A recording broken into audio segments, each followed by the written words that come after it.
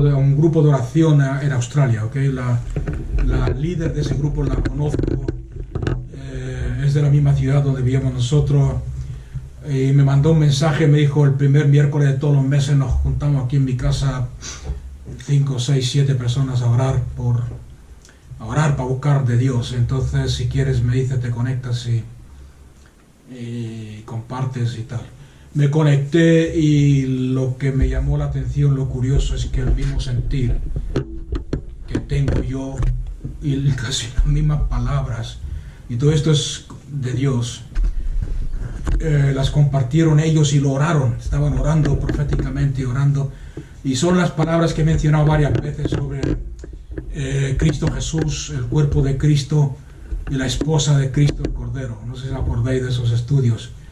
En el último estudio que hice sobre ese tema, que creo que fue no el pasado, sino 2 para atrás, creo, hice el comentario que es tiempo que necesitamos pedirle a Dios. Hice el comentario, necesitamos pedirle a Dios que nos revele la grandeza y la hermosura de Cristo Jesús, la cabeza, el esposo, y la hermosura y la gloria de su esposa. No se acordáis de esas palabras, porque hasta que no veamos la grandeza de Cristo, nos volvamos a enamorar de Dios, de Cristo.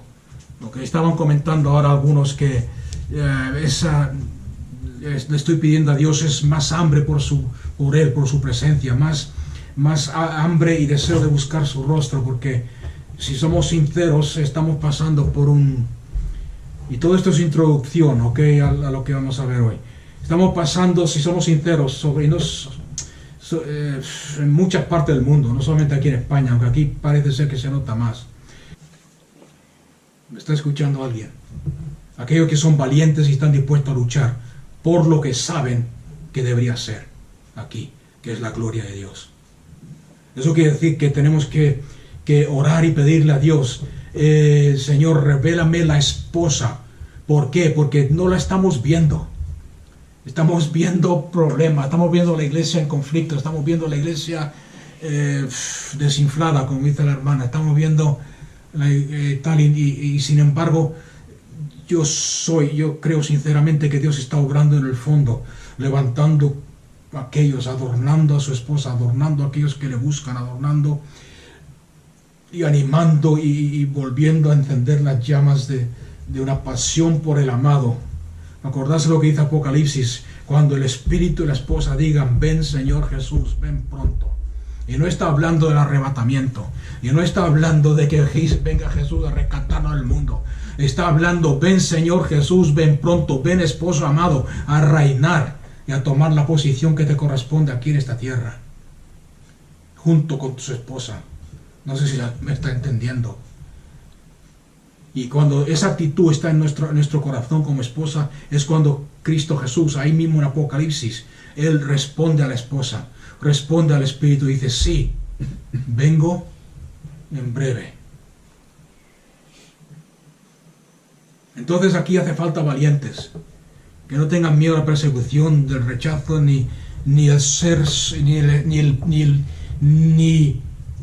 el parecer que estamos solos.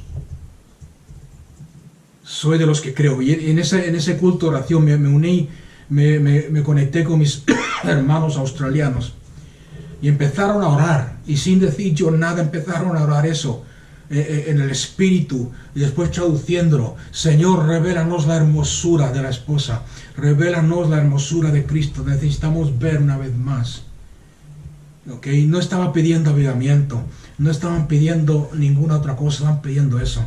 Porque cuando tú tienes una revelación de Cristo, el esposo, de su hermosura, de su gloria, de su majestad, de la reverencia a Él, y tienes una visión clara de cómo ve Cristo a su esposa amada, os recomiendo que leáis el libro del Cantar de los Cantares y algunos de los Salmos.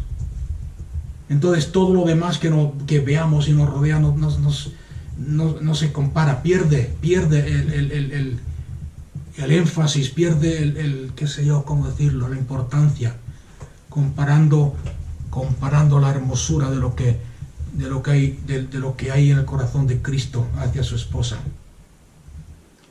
te va a alentar para seguir adelante, para orar, para adorarle, para amarle, para, qué sé yo, dejar las cosas de esta tierra que nos ahogan espiritualmente y adorar a Dios en espíritu, en verdad, como Dios requiere, como Dios pide. Y quiero hablar, eso es una introducción, porque quiero hablar un poco sobre el tema este de la presencia de Dios. Anhelamos la presencia de Dios. Vamos a ver un versículo, después vamos a ver la historia entera, pero quiero que veamos un versículo para enfocarnos en el tema, que se encuentra en Génesis 28, 16. Y fue despertado Jacob. Jacob salió huyendo de la casa de sus padres. Había hecho cosas no buenas. Salió huyendo de la casa de sus padres. Y se encontró en un lugar, me voy a explicar en qué lugar dentro de un minuto.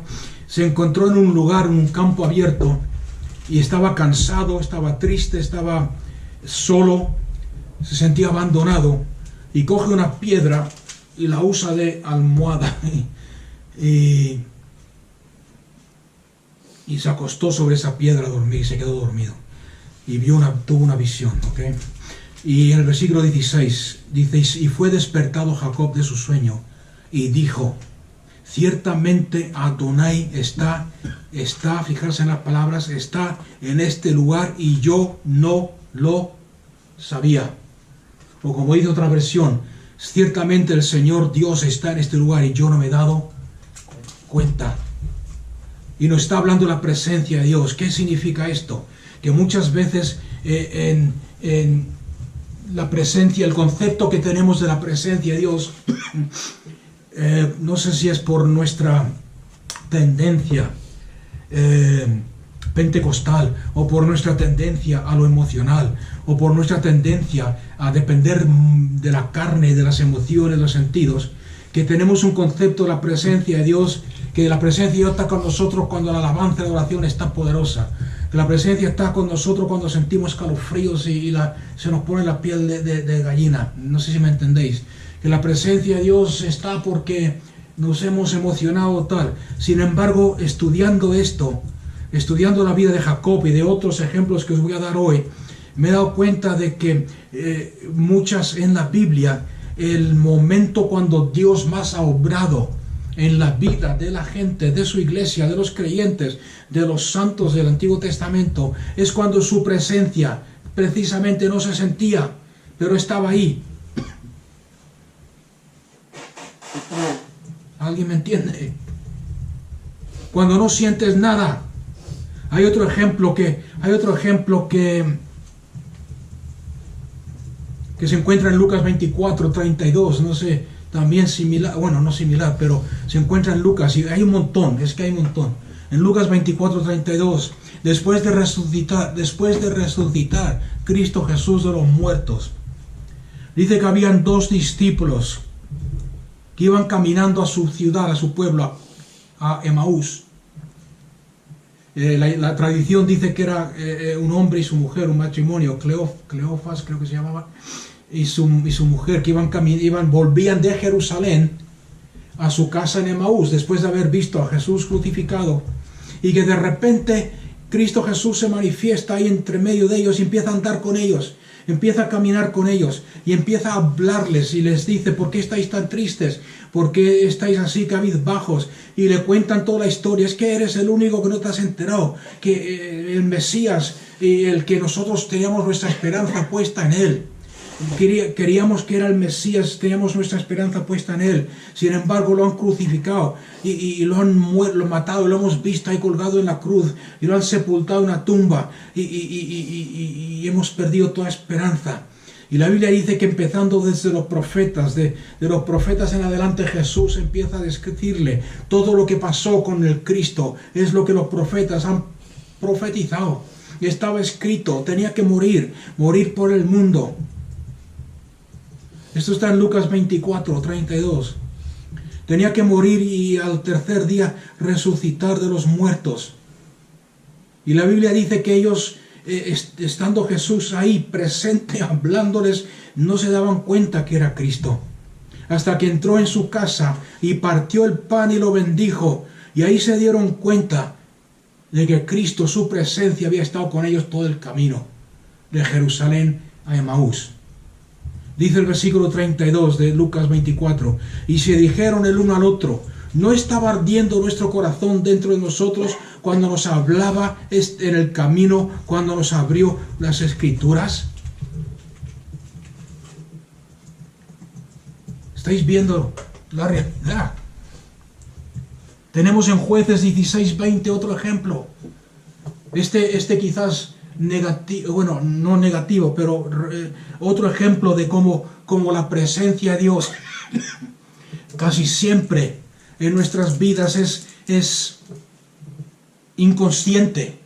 No estamos conscientes. Y el ejemplo que está en el Antiguo Testamento, en Jueces 16:20, es la de Samsón. Dalila. Sansón y Dalila. Quería engañarlo le habían pagado dinero los filisteos, los enemigos del pueblo de Dios, para que le revelase el secreto de su fuerza.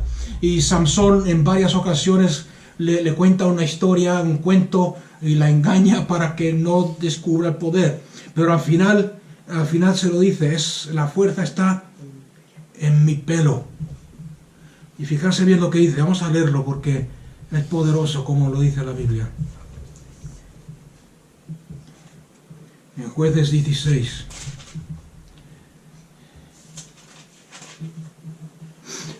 Y ella exclamó, después de cortarle el pelo, Samsón estaba durmiendo y le cortó el pelo mientras dormía. Y ella, después de haberle cortado el pelo, ella exclamó, Sansón, los filisteos te acometen. Él entonces, despertando de su sueño, se dijo, fijarse bien, palabras tristes. Sin embargo, quiero que os enfoquéis en la realidad de que muchas veces la presencia de Dios es inconsciente y no nos damos cuenta. Como Samsón se levantó del sueño y dijo, como en otras ocasiones, saldré y seré librado. ¿Por qué? Porque estaba confiando en la unción, confiando en la presencia de Dios. Pero no sabía que Yahvé se había apartado de él. ¿Os dais cuenta? La presencia de Dios se apartó de él. Sin embargo, él no se dio cuenta. ¿Por qué no se dio cuenta? Porque casi siempre la presencia de Dios en nuestras vidas va a ser de forma impredecible, sin precedentes, inconsciente.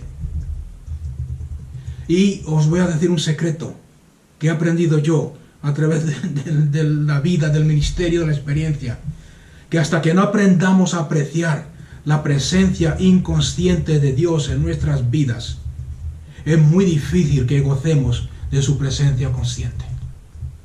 ¿Por qué? Porque para vivir y gozar de la presencia inconsciente de Dios, tienes que hacerlo por fe. La palabra de Dios dice, yo nunca te dejaré ni te desampararé. ¿Qué significa eso? Que su presencia está contigo, lo sientas o no lo sientas. Y hasta que no aprendas por fe a reconocer eso, es muy difícil que goces de la presencia consciente. Y cuando hablo de la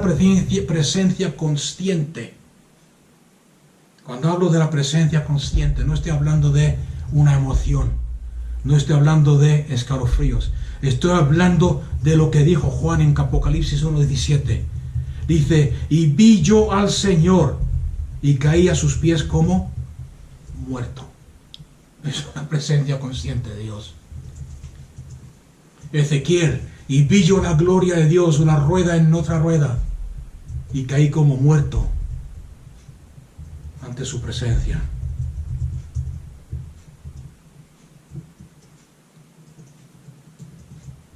Ahora, yo no estoy hablando aquí en contra de la presencia tangible.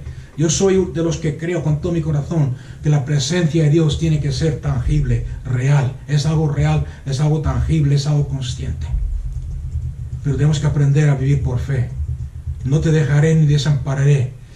Estoy con vosotros hasta el fin de los tiempos, de la era. No os dejaré huérfanos. Vendré a vosotros. la presencia de Dios. Porque una vez que tienes y como he dicho al principio, esta es la parte esta es la parte que nos cuesta entender o no queremos aceptarla. Sin embargo, es parte del paquete. Es por eso que hago esa diferencia. No estoy en ningún momento criticando, ni minimizando, ni quitando la importancia a las emociones. Yo creo que si tú has nacido de nuevo, las emociones, voy a corregir lo que acabo de decir. Las emociones humanas tienen que ver con la carne y con el hombre caído. ¿Está claro? Somos pecadores, hombre caído, en carne, la carne. Pero cuando tú naces de nuevo, también creo que hay tal cosa como un nacer de nuevo, una renovación. Todo lo viejo ha pasado, todo ha sido hecho nuevo. Hay una restauración de las emociones. ¿Cómo podemos explicarlo para que me entendéis? Las emociones santas, las emociones redimidas, las emociones que no se basan en la carne, en lo que mis 5 sentidos me dicen, sino que se basan en la fe. Vi yo al Señor y caí como muerto. Daniel dice, vi yo al Señor y me quedé sin fuerza en mi cuerpo. Y así muchos ejemplos más.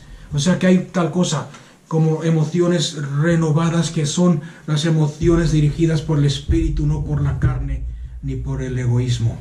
Pero la gloria, y es por eso que necesitamos aprender a valorar la presencia inconsciente de Dios, la que no se ve. La gloria de Dios, cuando Dios te permite vislumbrar, ver un poco de su gloria, siempre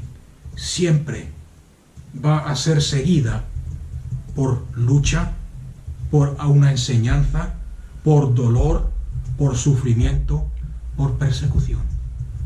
¿Quién me ha entendido? Lo voy a decir de otra forma. Siempre que Dios te permita ver algo de su gloria, es porque va a querer enseñarte algo o tienes que aprender algo, enseñanza. Quiere que dejes algo de tu vida y aprendas algo nuevo. ¿Sí? Va a ser seguido por dolor y por lucha. Va a ser seguido por sufrimiento. No hace falta ir muy lejos si queréis ejemplos. Está Moisés, por ejemplo, en la Biblia. Moisés tuvo una visión.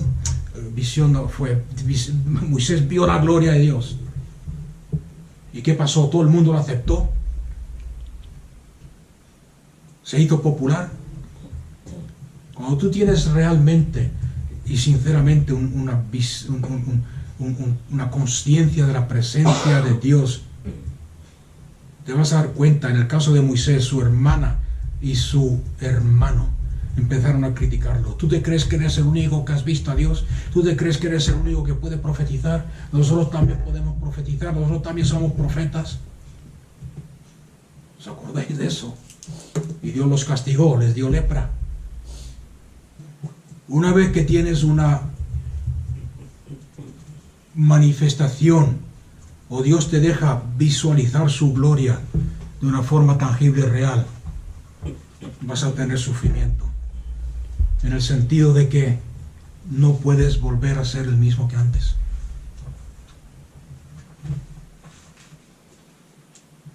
Tu vida se convierte en una lucha. No puedes quedar satisfecho con nada.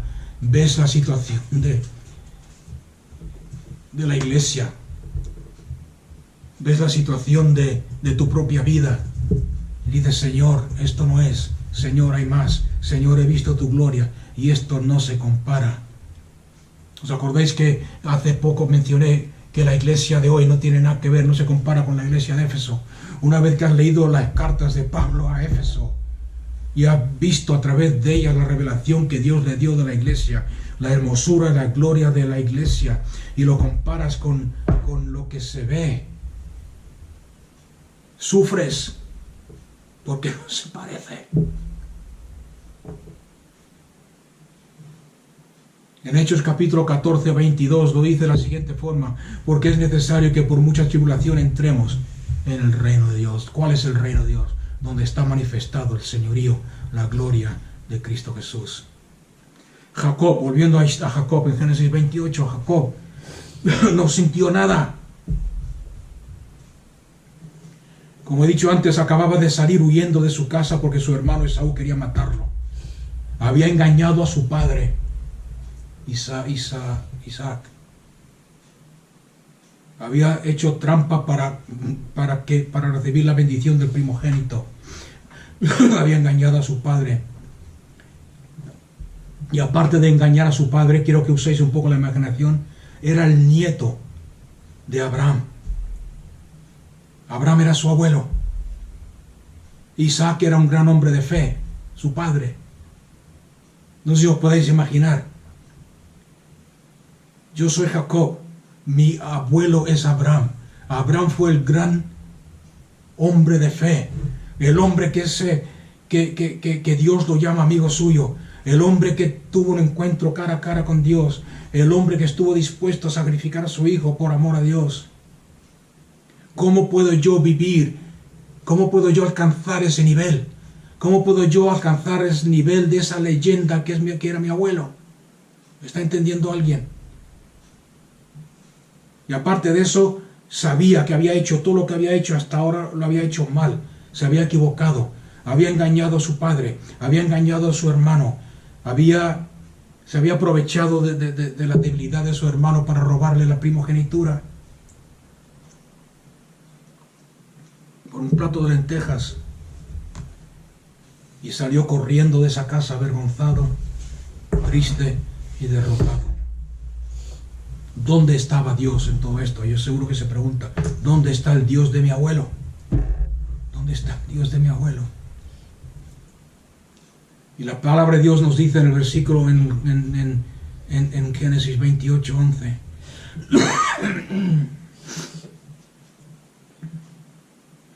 Y llegado a cierto lugar, no nos dice de momento qué lugar era. Llegado a cierto lugar, pasó allí la noche, porque ya el sol se había puesto. Tomó una piedra del lugar y la puso por su cabecera, y durmió en aquel sitio. No había nada espectacular de este lugar, no había nada especial de este lugar. No había ningún letrero, ninguna señal de que en ese lugar iba a tener un encuentro sobrenatural con Dios. No había ninguna señal para levantar sus ánimos de que ese lugar iba a ser un lugar atesorado el resto de su vida por Jacob y por el pueblo de Dios. Estaba cansado, estaba asustado, estaba deprimido y se echa a dormir sin esperar nada. Sin embargo, en ese momento Dios entra en la escena y tiene un sueño. En ese sueño, el Dios de Abraham, Dios le revela que el Dios de Abraham ahora era el Dios de Jacob. Las palabras que Jacob, quiero que penséis en lo que estoy diciendo. Las palabras de Jacob, acordarse de quién era Jacob, mentiroso, estafador. De hecho, su nombre quiere decir suplantador, usurpador. Y de repente se le presenta a Dios en un sueño y le dice: yo soy el Dios de Abraham, tu abuelo, el Dios de tu padre Isaac y el Dios tuyo.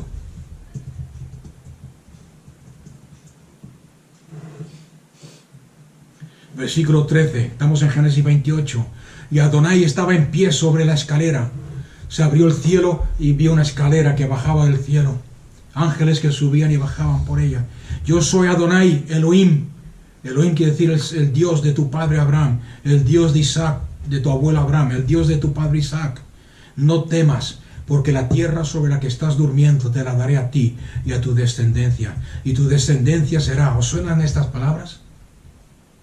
Como el polvo de la tierra. Y te extenderás, y aquí vemos la extensión de la tierra prometida. Y serás bendición a todas las tribus de la tierra. Y yo estoy contigo y te guardaré donde quiera que vayas y te haré volver a esta tierra. Pues te haré volver, acordarse de eso, te haré volver a esta tierra. Pues no te dejaré, pues no te dejaré. Su presencia hasta que cumpla todo lo que yo te he dicho. Y despertó Jacob de su sueño y dijo, ciertamente el Señor está en este lugar y yo no me había dado cuenta. Y no solamente no me había dado cuenta, y no se dio cuenta por qué, por lo que acabo de explicar, porque salía huyendo, no salió huyendo de su casa por las cosas malas que había hecho. Miles y miles y millones han sido y siguen siendo bendecidos por este encuentro que tuvo Jacob con el Dios que está siempre presente. Mientras estudiaba este tema de la presencia de Dios, el Espíritu Santo me hizo darme cuenta de algo, el nombre de Dios. ¿Cuál es el nombre de Dios? Con el cual se presentó a Moisés, con el cual se presentó a mismo Abraham. Se presentó como él, yo soy. A Cristo Jesús lo quisieron matar, ¿por qué? Por decir yo soy, usar el nombre de Dios. Sin embargo, buscando un poco más profundamente el significado de ese nombre, dice literalmente, yo soy el que está. Yo soy el que es. Yo soy el que es y siempre ha sido. ¿Me entendéis? Buscarlo en más profundidad y veréis que es revelador. Yo soy. Y le puso por nombre a este lugar. Le puso por nombre a este lugar Betel, que quiere decir la casa de Dios, el lugar donde Dios habita.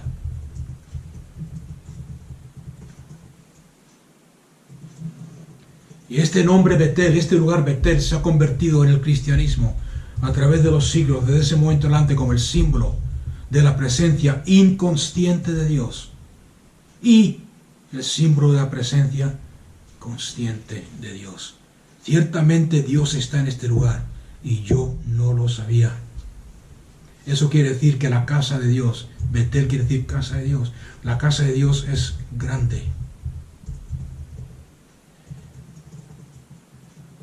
Es tan grande que hay lugar para la presencia consciente y la presencia inconsciente. Y la palabra inconsciente no es negativo. Y quiero que eso quede claro en nuestra mente. No es algo negativo. Simplemente hay que decir que Dios está contigo. ¿Lo sientas o no lo sientas? Su presencia es muy real.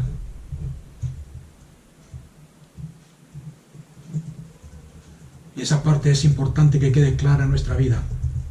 Porque como iglesia os aseguro que es necesario que por mucha tribulación entremos en el reino de Dios. ¿Me estáis entendiendo alguien?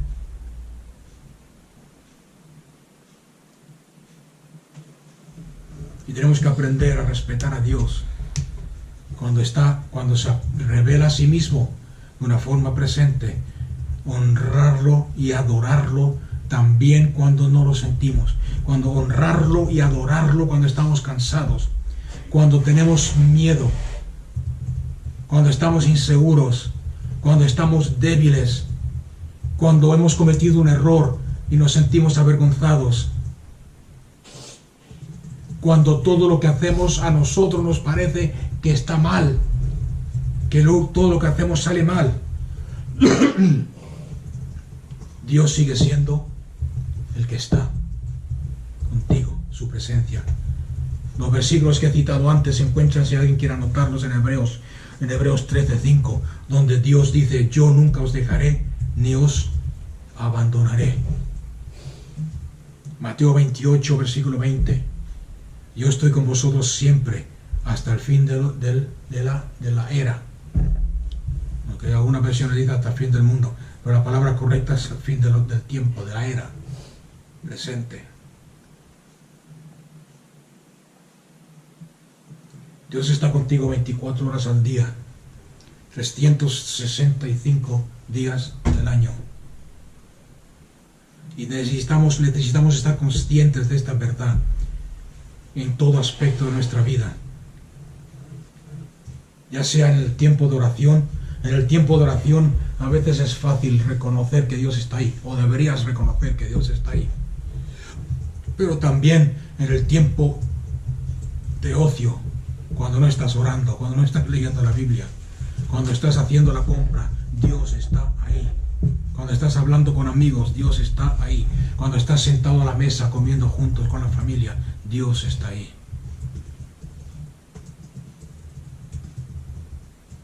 La presencia de Dios está contigo y es una verdad grande.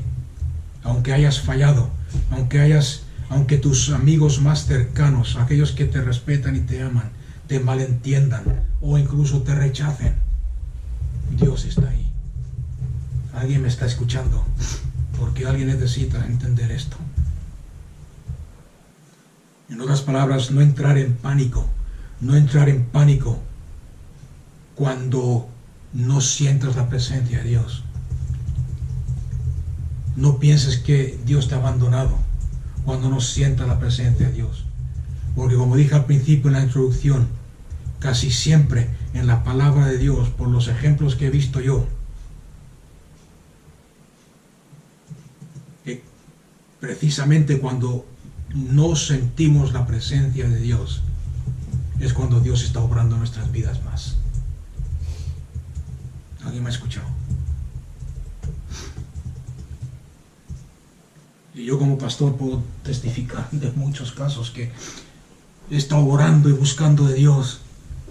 He estado orando y buscando de Dios, preparando un estudio, preparando un sermón.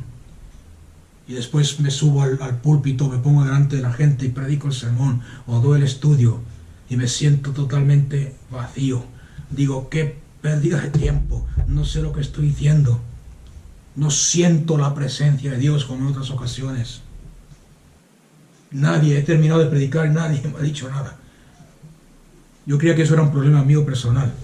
Sin embargo, he estado hablando con otros pastores y me he dado cuenta que todos tienen ese problema, que a todo predicador le gusta. Y no es por ego, no es por orgullo, es porque somos carne. Pero a todo predicador en el mundo que yo conozca, por lo menos, le gusta que cuando termina de compartir la palabra, alguien le diga, muy bien, hermano, me ha bendecido Dios, he escuchado a Dios, que me ha entendido. Y no es para inflar el ego, no sé por qué. Gracias por la palabra. Sin embargo, han habido veces que nadie dice nada. Y después te enteras. A lo mejor al año, a los 2 años, que alguien te dice, o te manda un mensaje por WhatsApp, o te manda tal, y te dice, Pastor David, qué gusto poder conectarme contigo. Tú a lo mejor no te acuerdas de mí, pero yo me llamo Alex. Vivía en tal parte, en tal ciudad. Y cuando yo era joven, yo iba a tu iglesia y tú predicabas y no sabes la transformación en mi vida y el poder de Dios y cómo Dios ha cambiado mi vida y me ha transformado por tus predicaciones. Y a lo mejor en el momento cuando estaba predicando no había reacción, inmutación total, indiferencia total. Parece que le estabas predicando a la pared. ¿Alguien me entiende lo que estoy diciendo? Sin embargo, cuando menos sientes la presencia de Dios, es cuando Dios más está obrando. Y para entender la presencia de Dios, quizás tengamos que entrar un poco de teología. Hay 3 palabras que empiezan con O en la teología. ¿Okay? Omni. Empiezan por omni. Omnipresente, omnisciente y omnipoderoso. Aunque en español no se dice todo. Omnipotente. Omni quiere decir todo. Omnipresente, que está presente en todo lugar. Omnipotente, que todo lo puede hacer. Y la otra, omnisciente, que todo lo sabe. Ok, entonces, para entender la presencia hay que diferenciar en esto. Dios es omnipresente, está en todo lugar.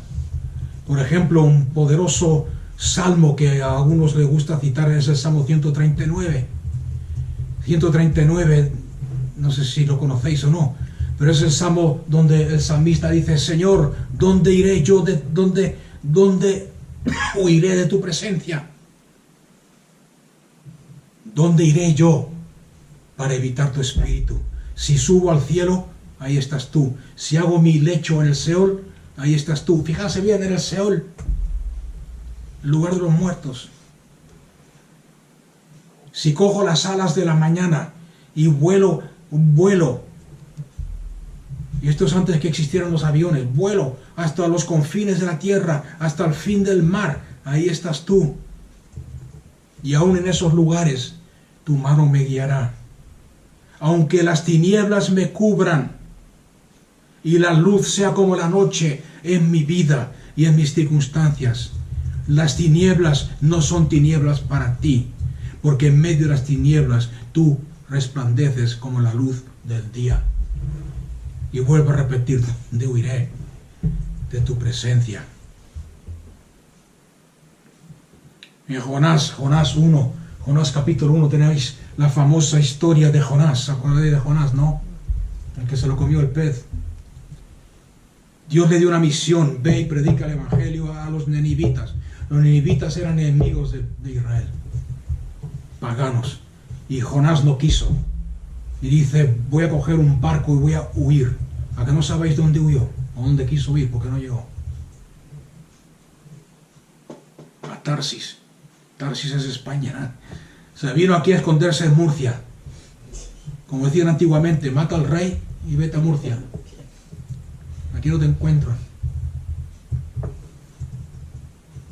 Sin embargo, Dios lo encontró en el fondo del mar, en el vientre de un pez gigante. Y de ahí lo rescató, lo restableció y lo mandó a predicar otra vez. Y no sé si alguno que me está escuchando está tratando de huir de Dios, pero si eres uno que está tratando de huir de Dios, te doy un consejo: que dejes de hacerlo, porque estás perdiendo el tiempo. Dios te va a encontrar. Yo traté de huir de Dios una vez, cuando Dios me llamó a predicar. Cogí mi moto y salí huyendo.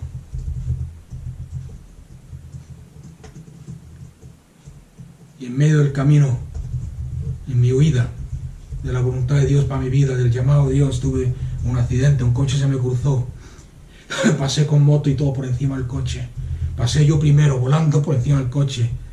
Y caí de espalda y miraba para arriba y vi la moto que había detrás. Una moto gorda. Digo: madre mía. Y justo en ese momento sentí una mano que me cogió de la chaqueta de cuero que tenía, y me tiró así.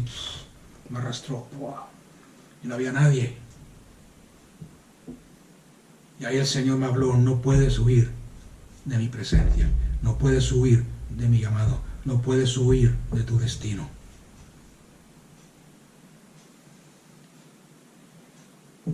En 2 Timoteo 2:13 el apóstol Pablo dice: Dios permanece fiel.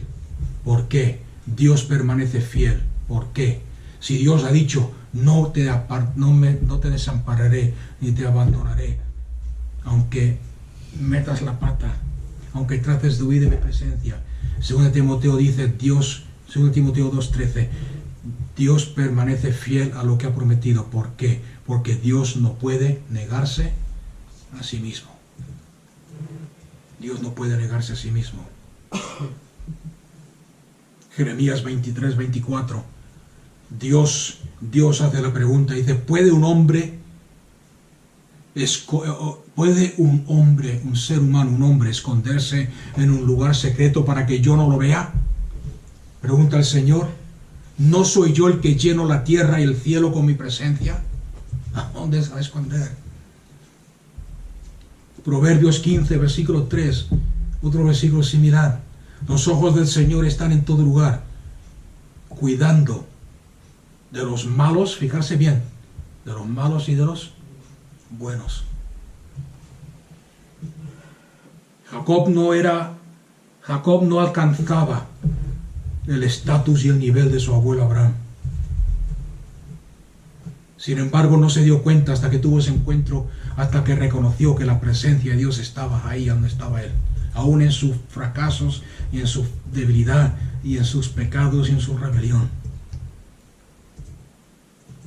No se imaginaba que algún día, Dios, el Todopoderoso, iba a ser conocido como el Dios de Abraham, el Dios de Isaac y el Dios de Jacob. En todo Israel. En todo Israel. Y no solamente el Dios de Jacob, sino que cambió su nombre. Le puso Israel.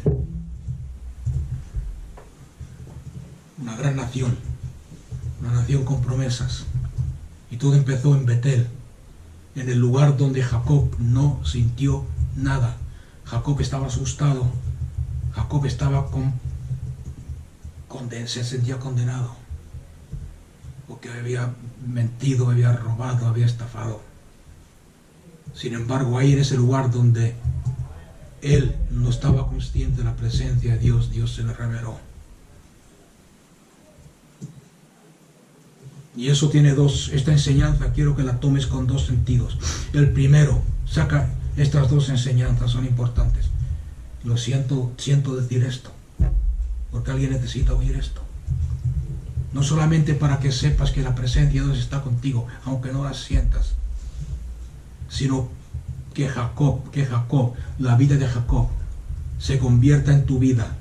Si estás huyendo de Dios, si te sientes lejos de Dios, que la vida y el ejemplo de Jacob se convierta en tu vida de una señal, de un símbolo, de una evidencia de la gracia soberana de Dios.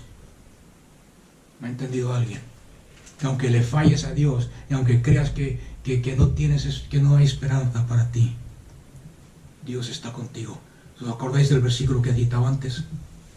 En Proverbios, Dios, los ojos de Dios recorren toda la tierra y vigila sobre el malo y el bueno. Proverbios 15, 3. Y Dios lo amó. Dios amó a ese pecador. Dios amó y aceptó a Jacob. Dios lo bendijo. Dios lo puso. Dios, a ver cómo digo esto. Se convirtió en la identidad de Dios. Dios desde ese momento en adelante dijo, yo soy el Dios de Abraham, de Isaac, de Jacob. En Malaquías, creo que es 1:2, y en Romanos 9:13, Dios mismo dice, a Esaú odié, sin embargo a Jacob amé. Y no había nada, absolutamente nada. Si vuelves a leer la historia de Jacob, te darás cuenta que no había nada en su vida para merecerse el amor de Dios. Todo lo que había hecho, lo había hecho mal. Y no solamente en esos pocos ejemplos que os he dado, de engañar a su hermano, a su padre, tal. Porque después llega a la casa de su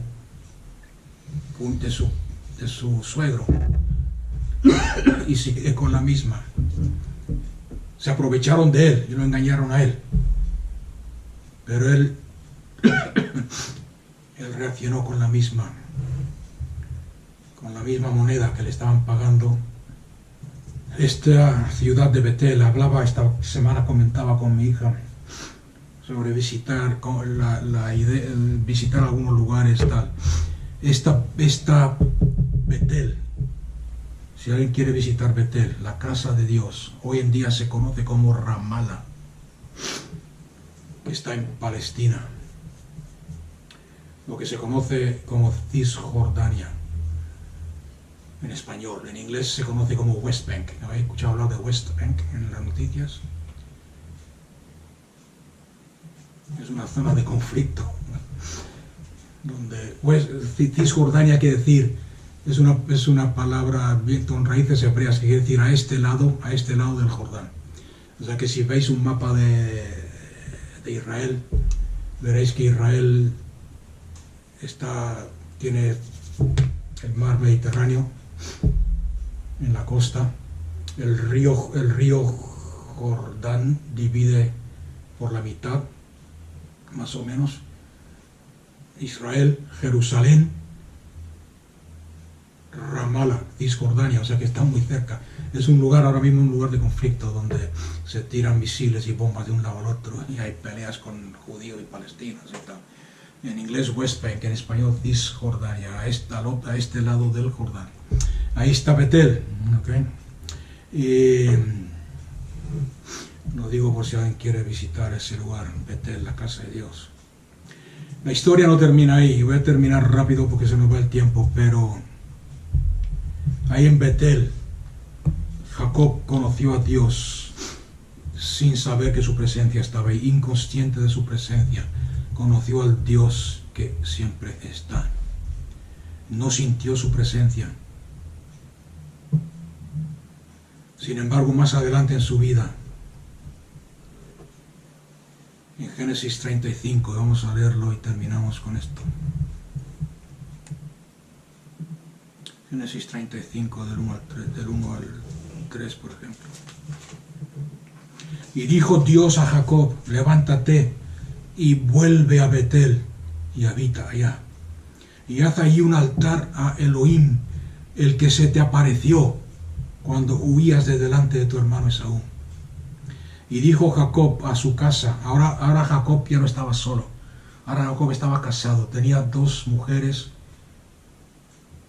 varias concubinas, varios hijos, era rico, tenía ganado, ovejas, cabras y tal.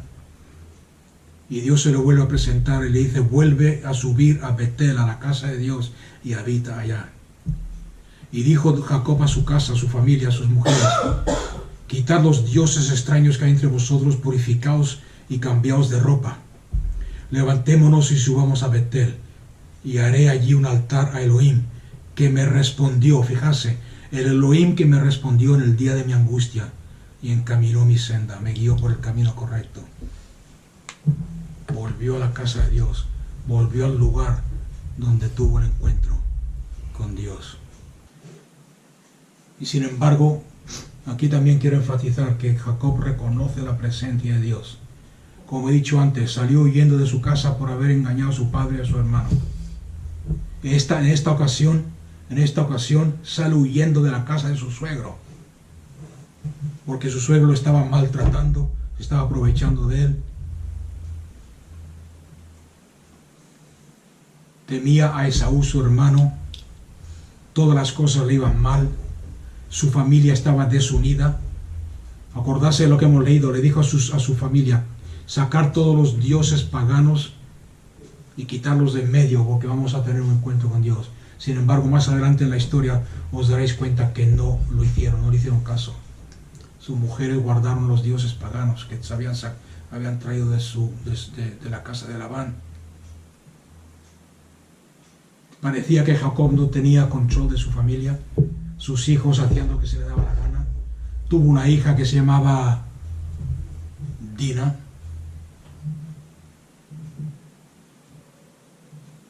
que se apartó de Dios, hablando en términos modernos.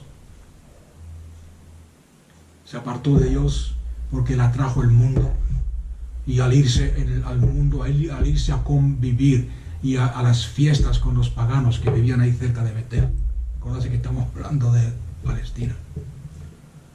Se metió en problemas, perdió su castidad, su familia dividida. Sin embargo, en todas estas situaciones aparentemente adversas, en el versículo 5, vamos a verlo, 35:5 creo que es. Luego, después de haber dicho, vamos a subir otra vez a Betel, al lugar donde Dios tuvo un encuentro conmigo, partieron de ese lugar y un terror sobrenatural